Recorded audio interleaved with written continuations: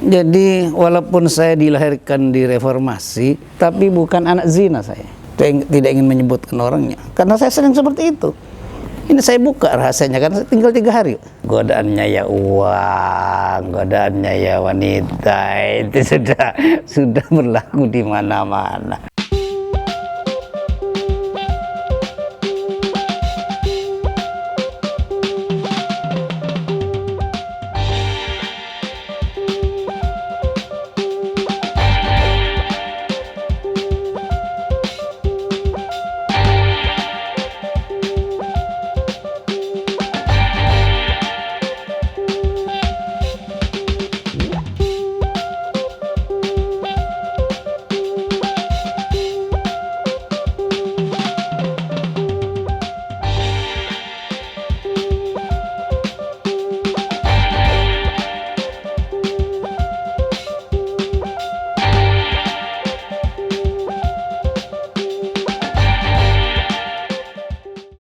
Selamat berjumpa kembali dengan kami di Kabar Madura Audiovisual. Hari ini saya kebetulan berkesempatan bertemu dengan Bupati Sumeneb, Kiai Haji Abuya Kusro Karim ya, yang sebentar lagi akan menyelesaikan masa tugasnya.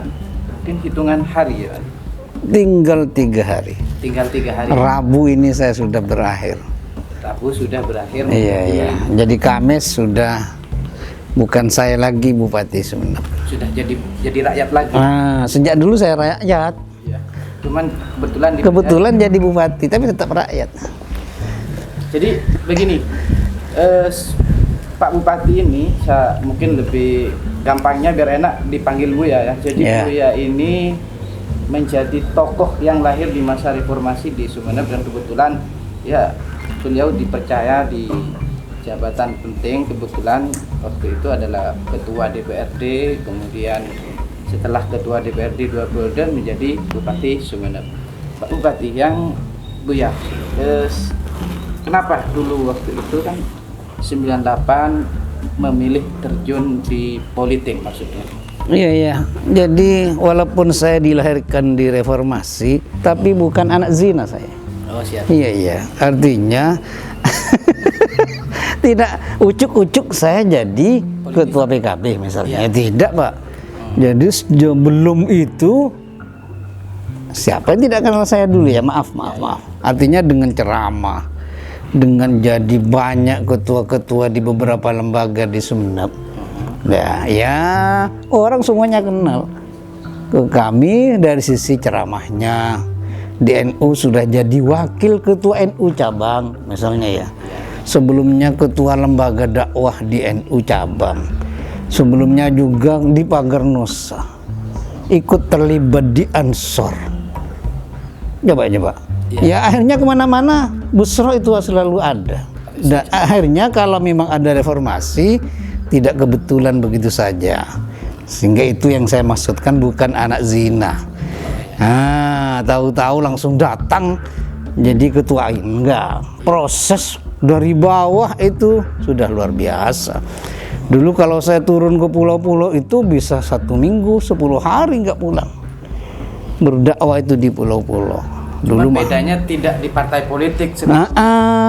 Mungkin karena saya dilihat seperti itu kegiatan sebelum ada reformasi, saya dipilih oleh tim 9 di NU dan tim 5, kan yang membuat PKB itu NU.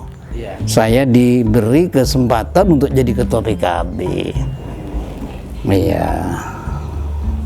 Terus ketika pertama kali menjadi anggota DPR waktu itu dilantik, ini kan berbeda suasananya kalau sebelum-sebelumnya ada aktivitas sosial lebih ke berdakwah, kemudian harus masuk ke gedung, dan itu gimana Pak? Ya semangat perjuangan dulu yang dengan masyarakat kita bawa ke DPRD. Sehingga misalnya satu contoh, ketika pertama kali saya sambutan sebagai ketua DPRD di Pendopo Sumeneb ini, pertama kali tuh, masih saya ingat bupatinya Pak Soekarno Marsaid. Saya sudah bilang, mulai tahun ini APBD yang akan datang ini harus menoleh ke kepulauan misalnya. Karena saya sudah berhari-hari, berminggu-minggu, berkali-kali tahu situasi jalan bagaimana di pulau, dari Arjasa sampai sampai ke Kangayan dan semacamnya itu nggak bisa dijalani mobil kecuali truk dan semacamnya. Kalau saya ceramah harus naik sepeda motor lewat gunung, maka itu yang saya bawa semangatnya. Akhirnya 5 tahun saya jadi ketua DPR sudah beraspal semua itu, walaupun akhirnya rusak lagi kan gitu ya, itu persoalan yang lain. Tapi ada goodwill untuk menoleh sejak awal, tanpa karena ini persoalan politik misalnya, enggak. Benar-benar saya melihat real ini kebutuhan di pulau-pulau yang ada. Ketika apa cerita menariknya, terutama yang pertama jadi ketua DPR, masih tidak berpengalaman di partai politik sebelumnya, ini kan berbeda. Kalau secara kegiatan-kegiatan sosial memang pengalaman. Tapi walaupun tidak aktif di partai politik, bukan berarti saya tidak tahu politik. Itu yang lihat saja pidato saya sebelum saya jadi ketua DPRD. Pastilah orang ngerti politik, pasti yang bicara. Misalnya saya berbicara tentang bagaimana era jahiliyah pada waktu itu ya, diaplikasikan ketika masuk dalam dunia sekarang di Indonesia. Wah, saya kira orang melihat ini memang ngerti politik, tapi saya tidak bermain di politik praktis memang. Tetapi kalau high politik, saya sudah sebelum di partai sudah bermain. High politiknya? Di high politiknya bermain terus, komunikasi harus begini kepada pengambil kebijakan di Kabupaten Sumeneb harus begini. Bahkan waktu masih Orde Baru, saya seandainya mau sudah jadi anggota DPRD dari partai yang ada pada saat itu. Saya tidak ingin menyebutkan karena ke rumah sudah rombongan saya mau dijadikan DPRD. Saya hanya diminta sekali kampanye akbar. Setelah itu sudah nggak usah ikut apa-apa. Ada jatah untuk panjenengan misalnya. Tapi saya nggak mau. Pak Kiai, ini kan menjembatani kepentingan masyarakat, secara menjembatani kader-kader partai waktu itu yang ada di legislatif itu kan banyak wajah baru. Ada yang posisinya awalnya ustadz. Yang dulu ya. Gimana itu memberikan pencerahan? Ini adalah harus proses politik begini, gimana? Iya, memang ada sebagian. Ya. Seperti ada keterkejutan budaya lah. Ya, bagi yang awalnya hanya ngajar di pondok, tahu-tahu jadi anggota DPRD dan tidak siap nampaknya dari sisi intelektual ya. Bahkan dari sisi budaya kan beda budaya pondok dengan budaya pemerintahan ini. Ada memang yang belum siap. Maka yang harus dilakukan sebagai ketua DPRD dulu atau sebagai ketua partai ya harus ada peningkatan SDM itu, latihan kita beri keleluasan untuk ikut diklat dan semacamnya. Dan kalau dari sisi mental, tidak hanya dari sisi skill, itu kita sering ngumpulin kiai-kiai, diingetin, kamu sekarang anggota DPRD harus begini, mentalnya harus kuat, akhlaknya harus bagus, jangan jadi DPR malah akhlaknya jelek. Dimanapun berada umat Islam yang seharusnya mau jadi petani, mau jadi pebisnis, mau jadi politisi, tetap jadi orang baik. Misalnya itu harus itu hal-hal yang mendasar ya, yang fundamental yang harus dipunyai oleh siapapun. Apa kalau sudah jadi wartawan berubah jadi orang jelek kan tidak, sama saja dengan politisi.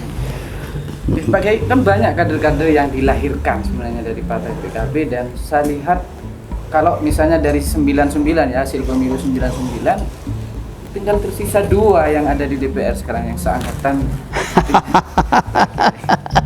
Siapa yang 2? Ya, kayaknya ketua sekarang sama Pak Sami ya. Oh iya, yang mulai tahun 99 ya.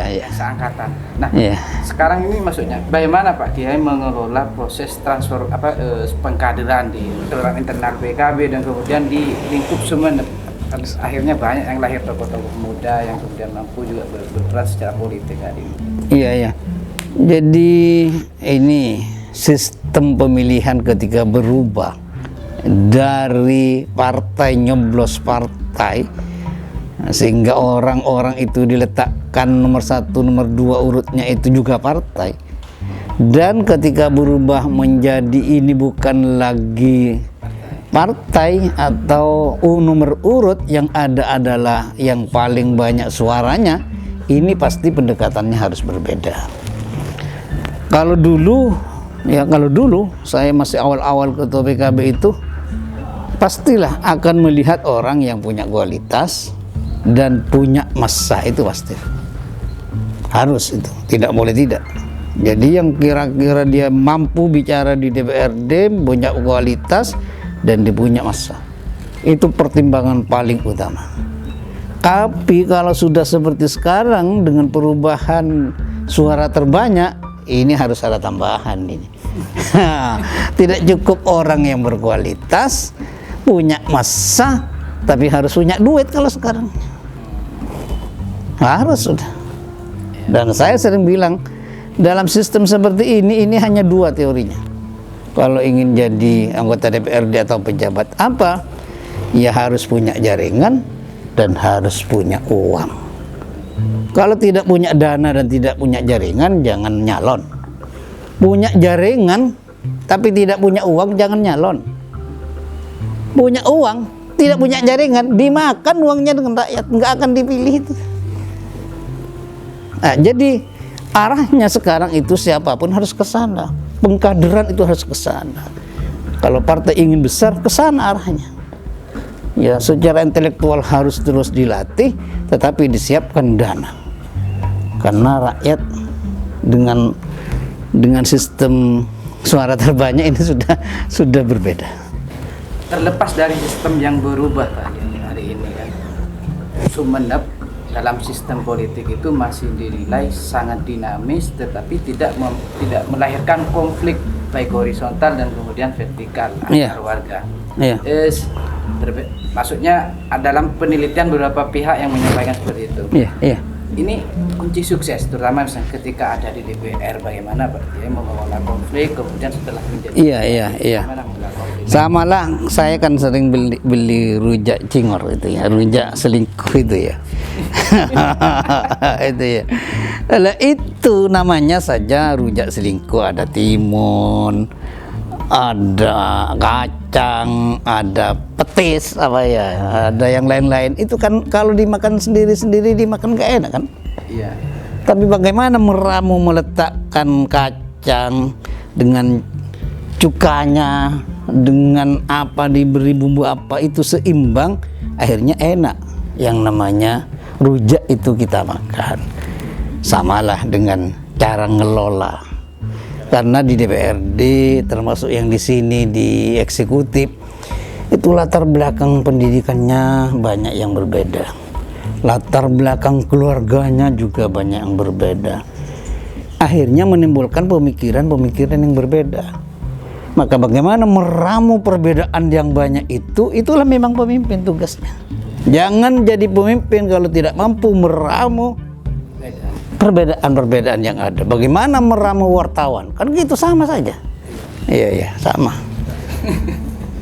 Itu dalam meramu itu. Iya. Saya ingin tahu, dalam meramu itu sehari semalam itu berapa waktu istirahatnya?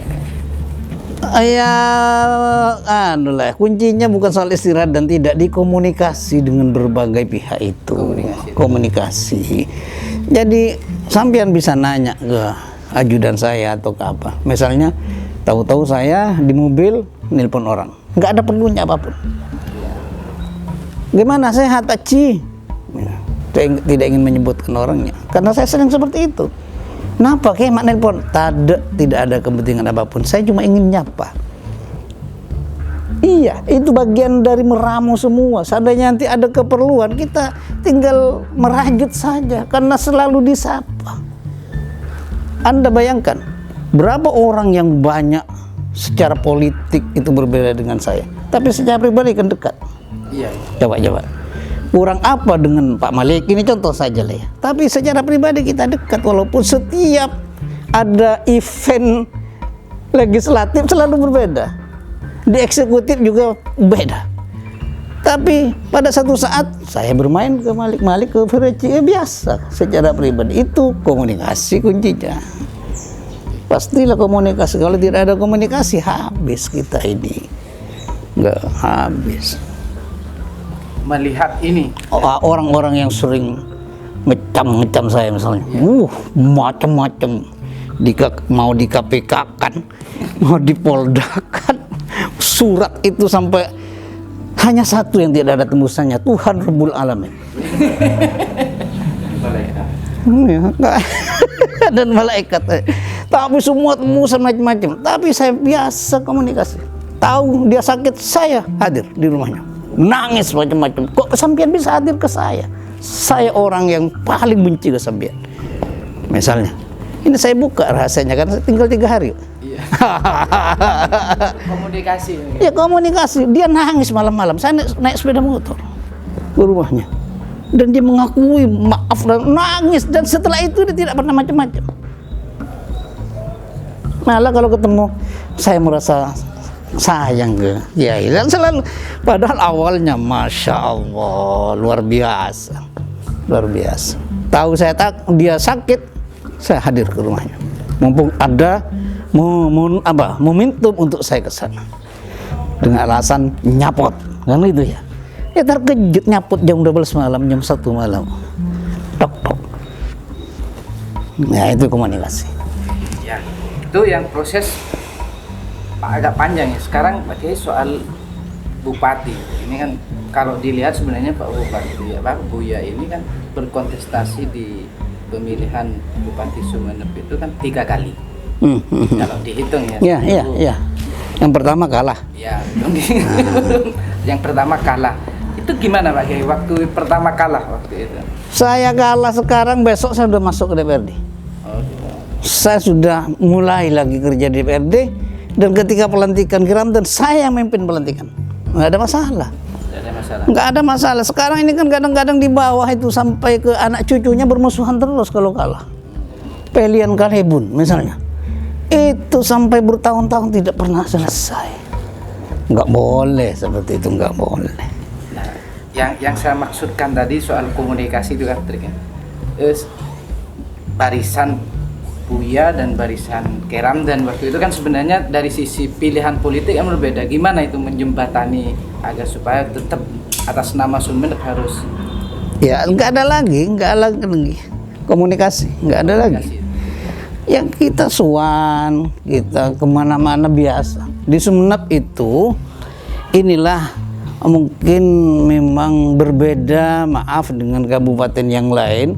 Ketika ada masalah perbedaan pilihan di bupati, kadang-kadang sampai 5 tahun. Walaupun itu kadang-kadang juga sama-sama kiainya, maaf itu. Iya. Itu sama-sama kiainya 5 tahun sepertinya nggak selesai. Tapi kalau di Sumeneb, coba sampean bisa lihat 3 bulan setelah dilantik nggak ada sudah yang dulu beda pendapat. Iya, berbeda pandangan, beda pilihan. Selesai 3 bulan, tahlilan, ngumpul lagi biasa. Nggak ada masalah. Di NU acara datang semua.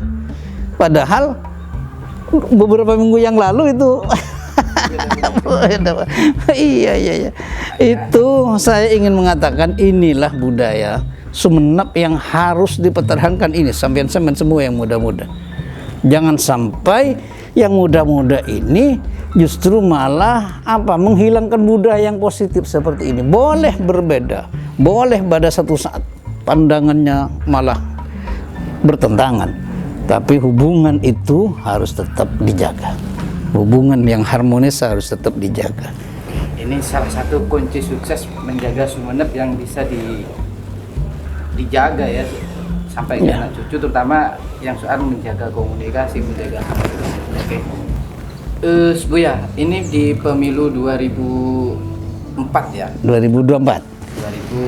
Belum, yang sebelumnya Buya tidak mencalonkan DPR tahun 2009 ya.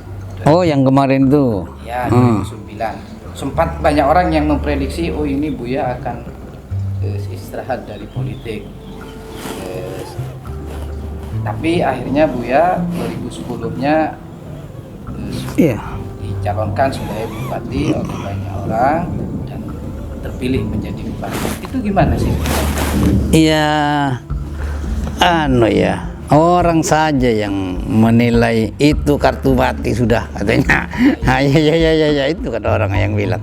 Ketika saya sudah selesai ketua DPRD yang kedua, saya balik ngajar di pondok enggak kemana-mana, orang sudah bilang itu kartu mati dari sisi politik. Iya, biarin saja orang bilang seperti itu.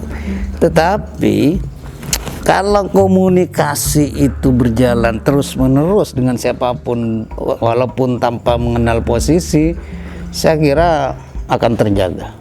Kemungkinan-kemungkinan untuk terus naik dari sisi karir dan semacamnya, itu pasti.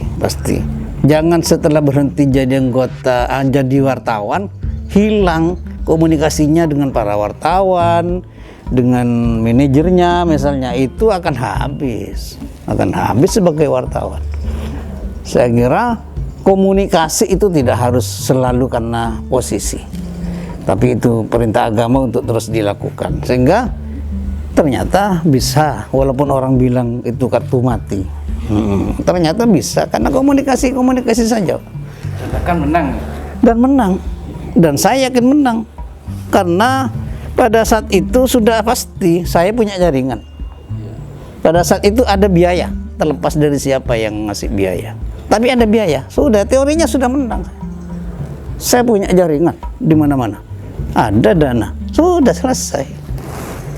Yang tahun 2010. Tahun 2010. Ya. Oh.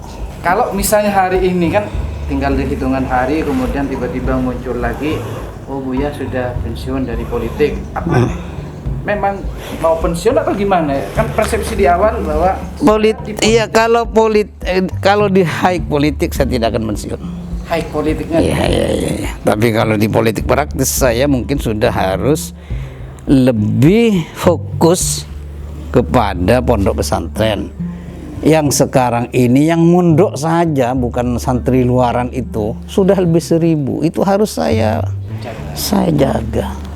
Saya harus fokus, sehingga saya sudah ngomongkan ke anak-anak santri saya Rabu sudah selesai, ayo mulai kapan mau ngaji kitab apa terserah kamu, jam 9 pagi setelah duhur, ayo mau ngaji apa. Sampai seperti itu saya ingin memberikan tantangan kepada santri-santri yang ada di rumah, ayo mau ngaji apa jam 9. Kalau sekarang saya kan cuma ngajarnya subuh dan setelah isya, karena memang saya masih jadi bupati, sulit lah ngatur waktu jam 9, setelah jam seperti ini. Tapi kalau nggak jadi bupati, ayo jam 9 kamu mau ngaji apa? Nah, artinya ya kita harus terus berkontribusi lah terhadap minimal mencerdaskan anak-anak Sumeneb khususnya dan anak-anak bangsa semua. Kalau misalnya di kemudian karena proses komunikasi dan silaturahmi itu tetap terjaga kan, gitu ya, ada orang yang kemudian mendorong Buya menjadi, maksudnya meningkat posisinya, misalnya Katakan DPR RI lah ya. DPR RI atau wakil gubernur gitu kan. Saya seandainya mau jadi anggota DPR RI atau DPRD provinsi, dulu saya sudah. Karena saya ketua PKB, yang ngatur posisi itu saya dulu tahun 99. Tapi saya tidak mau. Semua minta, ayo sampean ke DPR RI. Enggak, sudah kesabit saja. Kalau ditanya kenapa, saya ingin merawat pondok. Itu aja alasan saya. Kalau saya ke DPR RI dulu, apalagi sampai 2 periode, karena memang terus menang kan PKB, dan sistemnya masih nomor urut, dan saya masih ketua, bisa saja langsung nomor 1 kan. Saya tidak bisa membayangkan, mungkin sudah santri pulang semua di rumah yang mondok itu. Kalau saya harus ke DPR RI waktu itu, biarlah saya ngalah, walaupun tidak ya seperti inilah ketua DPR saja, tapi saya terus jaga pondok, saya morok, saya ngajar dan semacamnya. Nah, kalau sekarang ada, ini sudah banyak ini yang ke saya, gimana ke DPR RI? Saya secara halus saya bilang saya harus ngurus pondok. Enggak, ayo yang lain saja, yang lain. Saya sudah punya prediksi, PKB ini siapa nanti yang ke DPR RI, saya sudah punya prediksi. Kalau saya ngurus pondok. Ngurus pondok. Artinya lebih banyak. Fokus saya ke pondok. Usia saya sudah 60 tahun. Ya, walaupun kelihatannya saya ini masih 40 lah ya. Masih 40, apalagi kalau dibuka seperti ini 40 ini. Masih 40 ini. Oke Pak Kiai, selama menjabat terus kalau di DPR ini ujian yang paling besar apa Pak Kiai? Yang pernah dihadapi secara pribadi, terutama pernah nggak mengalami? Iya, pastilah kalau punya jabatan itu godaannya ya uang, godaannya ya wanita, itu sudah berlaku di mana-mana. Maka alhamdulillah kalau apa ya, bisa nahan yang seperti itu. Jadi saya berhenti jadi ketua DPRD 2 periode, saya tidak punya mobil. Coba bisa dibayangkan. 2 kali jadi ketua DPRD saya punya uang 75 juta. Itu pun yang dibeliin mobil karena tidak punya mobil. Setelah mobil itu Kijang second itu sudah saya pakai beberapa bulan, saya harus bangun masjid. Akhirnya dijual uang itu. Kijang itu saya jual. Akhirnya hanya saya minta 25 juta. Saya beli carry. Bisa dibayangkan ketua DPRD beli carry yang juga second. Bagi saya nggak ada masalah, karena jangan sampai tergoda dengan uang, jangan tergoda dengan wanita, jangan sampai itu. Akhirnya apa? Ya nyalon jadi bupati, saya nggak punya apa-apa lah, dibiayai orang. Itu mungkin simpanan saya, diletakkan oleh Allah di tempat yang lain, karena saya tidak mau main-main di sini. Mungkin saya, ini tempatkan saja di mana ini uangnya ini nanti untuk kepentingan nyalon bupati, mungkin seperti itulah Tuhan menakdirkan seperti itu. Karena sampai itu, coba rumah kan baru 5 tahun ini buat rumah kan. Jadi baru karena anak saya sudah mau nikah, saya buat rumah, ngutang ke BBRS, terus saya ngutang buat rumah, dicicil dan semacamnya itu ya. Lah akhirnya selesai cicilannya ya. Jangan tergoda. Sampean sudah cari lah mungkin yang namanya proyek dan semacamnya lah. Saya tidak ingin mengatakan saya jujur bersih, enggak. Tapi saya ingin berusaha tidak tergoda, gitu aja dengan hal-hal yang seperti itu. Akan berusaha maksimal. Dan itu mungkin juga yang menjadikan saya ini serak berkat. Jadi ketua DPD 2 kali, jadi bupati 2 kali, mungkin ini diantaranya. Selain komunikasi memang saya menjaga hal-hal yang seperti itu. Ini kan berangkatnya Buya itu dari partai yang dibentuk oleh NU awalnya, gitu kan. Itu kan bersinggungan dengan banyak kiai, dan kebetulan di Sumeneb juga banyak pesantren, banyak kiai dan banyak ulama.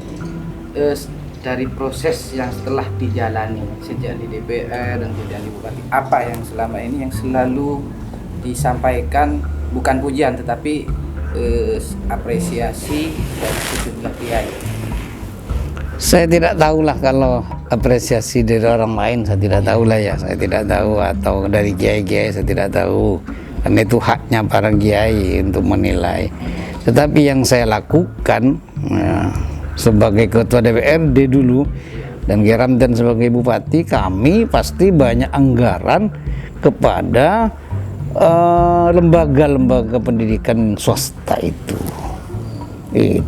dari sisi bangunannya, infrastrukturnya, dari sisi honor bagi guru-guru dan yang lain-lain, itu sejak dulu. Sehingga waktu saya jadi bupati periode pertama itu, saya satu-satunya bupati di Jawa Timur yang mendapat penghargaan dari Kementerian Agama. Tim tahu-tahu datang, saya tidak tahu. Datang, setelah itu baru tahu ada laporan, tim dari Kementerian Agama datang melihat APBD dari tahun ke tahun. Setelah itu saya dipanggil, saya harus memaparkan di banyak pihak di Kementerian Agama itu apa yang sudah dilakukan. Dan ternyata saya diantaranya, kalau di Jawa Timur hanya satu, saya yang mendapat penghargaan dari Kementerian Agama karena APBD-nya itu banyak sekali memberikan warna sumbangan-sumbangan untuk pondok-pondok pesantren, ada beasiswa dan semacamnya itu ya, anak-anak miskin, termasuk semua perguruan tinggi dulu sebelum ada aturan melarang. Sekarang nggak boleh lah. Kalau dulu langsung semua perguruan tinggi setahun kita anggarkan untuk pembangunannya. Lah, saya kira terserah penilaiannya, itu yang sudah kami lakukan kalau berhubungan dengan pondok-pondok atau kiai sampean, karena pertanyaannya kiai sih. Termasuk kalau sekarang poskestren, coba itu murni itu saya, Pak. Ya, kesehatan pondok pesantren itu dengan semua perawatnya yang ada di sana itu kan semua APBD. Dan itu murni tidak ada ide bisikan. Saya berpikir ini pondok-pondok besar ini harus punya tenaga kesehatan di pondok. Kalau ada apa-apa biar komunikasinya enak dengan puskesmas atau komunikasinya dengan rumah sakit enak. Tetapi di pondok itu ada petugas yang bisa merawat dalam untuk pertolongan pertama misalnya, itu harus ada, dan itu semuanya honornya dari APBD. Kan bupati terpilih sebagai penggantinya ini kan secara partai berbeda dengan Buya, tetapi pernah satu tim sebagai wakil bupati. Apakah ada hak khusus yang dibicarakan tentang program yang berhubungan dengan pondok pesantren dan lembaga-lembaga pendidikan itu yang dititipkan kepada bupati terpilih untuk ini dijaga? Ya, kalau berbicara khusus mungkin tidak khusus lah. Tadi kan sering kita bicara ini program unggulan, ini sebenarnya harus begini oke lah. Ya sudah kita bicarakan. Karena saya yakin Pak Fauzi ini yang nanti harus mengganti saya itu pasti sudah program unggulan sudah difahami semua karena dia wabuk.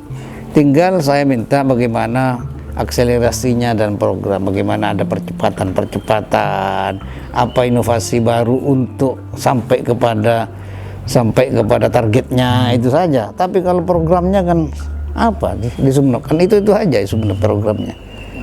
Pesawat sudah ada, kan tinggal bagaimana kalau sekarang ini misalnya karena corona, ayo setelah corona ini harus Surabaya dimaksimalkan lagi, Surabaya Sumeneb. Lah itu kan perlu terobosan karena bupatinya masih jauh lebih muda dari saya, masih sanawiyah katanya, dulu pernah ngundang saya untuk saya ceramah, ya ternyata jadi wakil bupati, ya itu takdir semua. Pak Bupati, Buya, yang soal ini kan menjadi dokter setelah bupati. Iya. Gimana menyeimbangkan sebagai bupati, pejabat publik, dan kemudian pendidikan? Iya, saya pada dasarnya awalnya itu hanya ingin ngajak semua kepala dinas sekolah lagi. Jadi waktu pertama itu beberapa bulan setelah saya dilantik, ayo masuk S3 semua, masuk semua, karena bupatinya masuk ya kuliah lagi. Cuma yang selesai mungkin 3 saja ya. Setelah itu hilang lagi.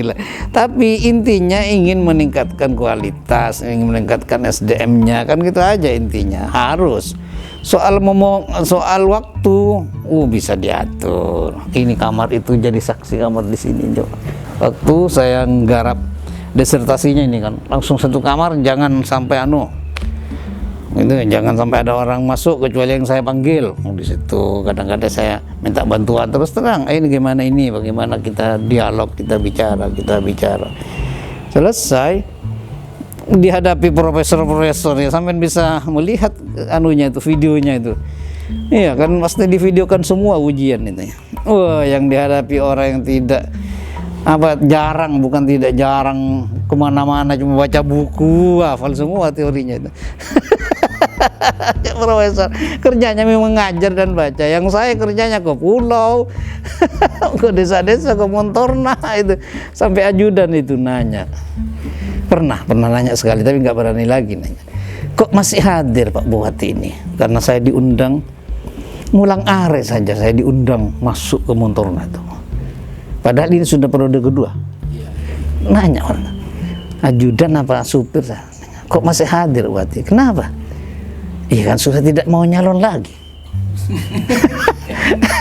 Disangkanya kalau turun ke bawah, mungkin kalau periode pertama saya mau nyalon gitu ya.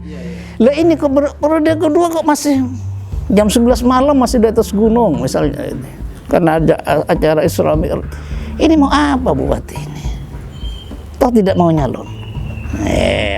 Saya bilang ke ajudan, ini gimana sampai cara berpikirnya? Bahwasanya Allah itu pernah Nabi itu pernah berfirman, siapa yang membantu orang akan dibantu oleh Allah, siapa yang nekani hajat orang pasti hajatnya juga akan oleh Allah akan dikabulkan. Misalnya itu saja, nggak usah banyak dalil mau nyalon atau tidak. Saya begitu, saya ngajarin lah kepada supir sampai harus ikhlas. Jadi anak-anak saya sekarang, ponakan saya yang ada di pondok itu semua saya ajarin seperti itu. Saya bawa ke desa-desa. Ini nih, coba. Ini acara ini kecil, saya bilang. Ini acara kecil. Saya hadir. Kenapa? Saya ingin nekani hajat orang ini. Biar Allah juga pada satu saat saya mungkin punya keperluan, siapa tahu Allah membantu itu. Coba saya sampai begini ke ponakan saya. Lihat makanannya ini. Yang disuguhkan kepada kami pasti lebih bagus di rumah dinas ini kalau mau bicara makanan di desa-desa itu, ya kan?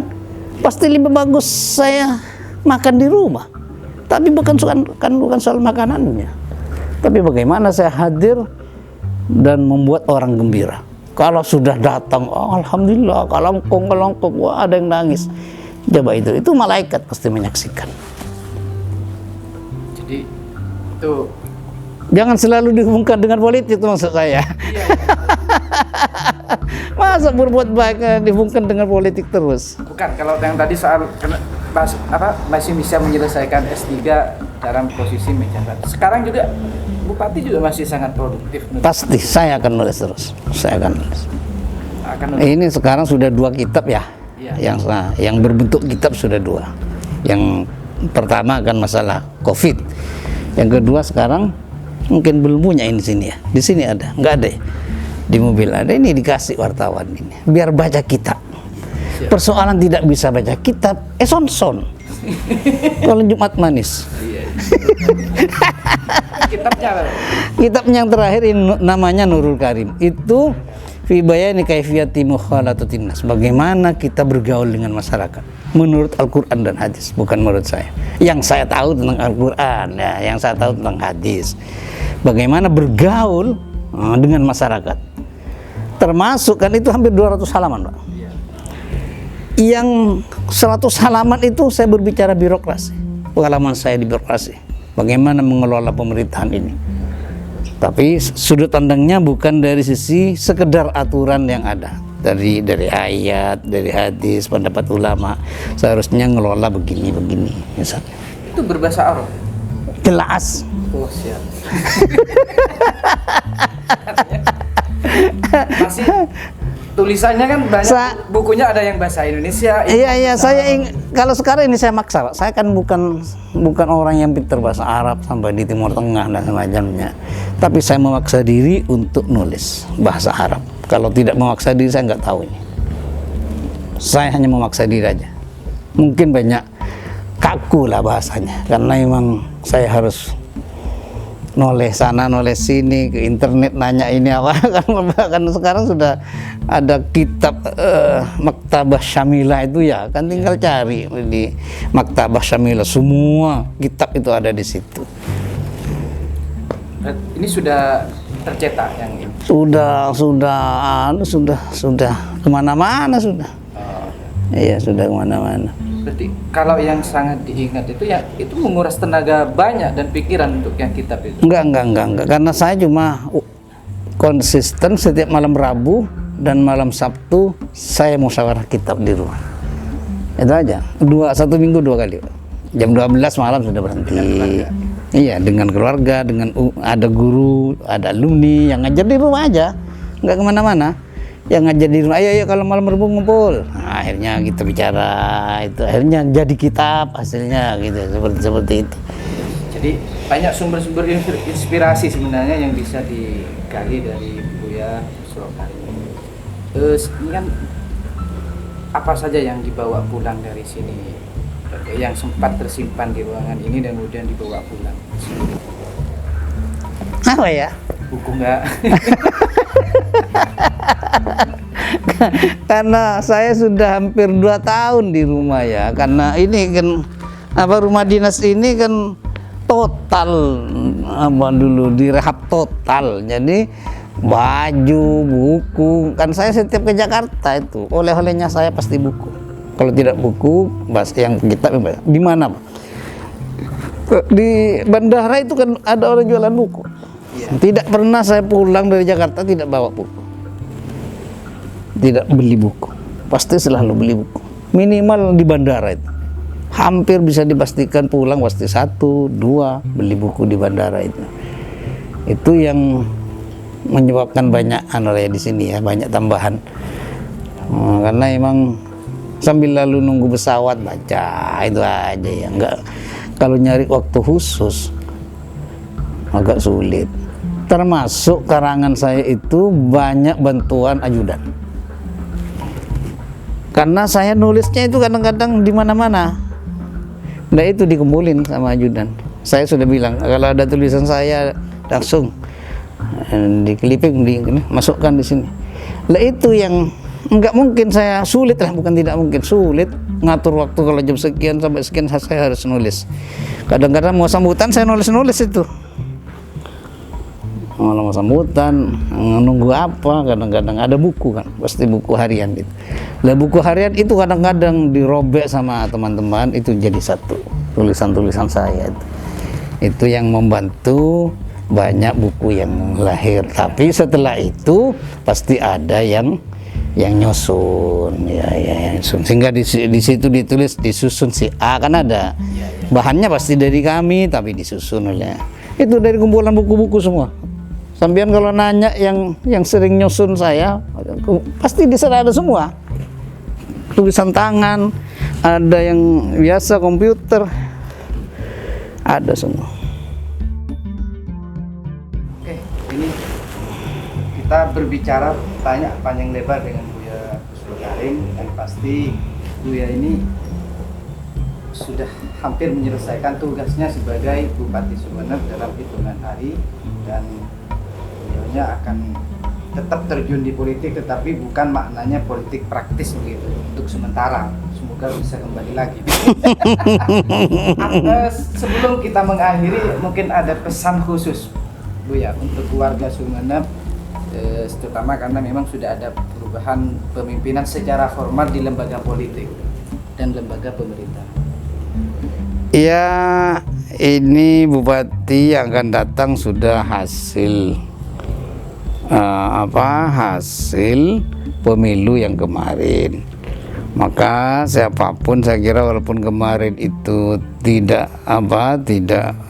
mendukung, tapi kalau sudah selesai dilantik ini Bupati kita semua, dan harus didukung kita semua untuk suksesnya kepemimpinan yang akan datang. Siapapun saya kira di Sumeneb harus berpikir seperti itu. Apa yang kita bincangkan dengan Buya Busro Karim yang Bupati Sumeneb itu semoga menjadi inspirasi, terutama dalam hal berpolitik, kemudian dalam hal mengembangkan kemampuan diri. Itu masih banyak hal yang bisa digali sebenarnya, dan kebetulan Buya sebenarnya masih memberikan kesempatan kepada seluruh warga yang berkeinginan untuk ikut belajar bersama, baik secara langsung maupun tidak langsung, masih sangat terbuka, karena beliaunya juga masih sering melakukan kajian dan pengajian secara online. Kemudian kitab-kitabnya juga bisa diakses. Kalaupun mau ikut pengajiannya per hari apa? Kalau yang biasanya malam Sabtu, malam Minggu, dan Minggu pagi. Jadi kalau malam Sabtu itu ya Riyadhus Shalihin. Ya, kalau malam Minggu itu tafsir Nawawi sama Ulumul Quran. Ulumul Qurannya ya saya yang nyusun. Kalau Minggu pagi itu tafsir Ibnu Katsir, Fathul Mu'in, dan Ibanatul Ahkam. Kalau misalnya mau ikut yang online ya, online, datang langsung di masjid. Iya, di masjid. Di masjid banyak orang luar kok datang. Oke, jadi itu pintu silaturahmi yang masih tetap dijaga, dan semoga saya pikir terima kasih kepada Buya Busro Karim yang telah memimpin Sumeneb dengan baik, terutama sejak di DPR dan kemudian dari sini atas nama warga Sumeneb, dan kita ucapkan selamat bertugas kembali di lain tempat untuk berikutnya. Terima kasih. Ya, sama-sama. Assalamualaikum warahmatullahi wabarakatuh.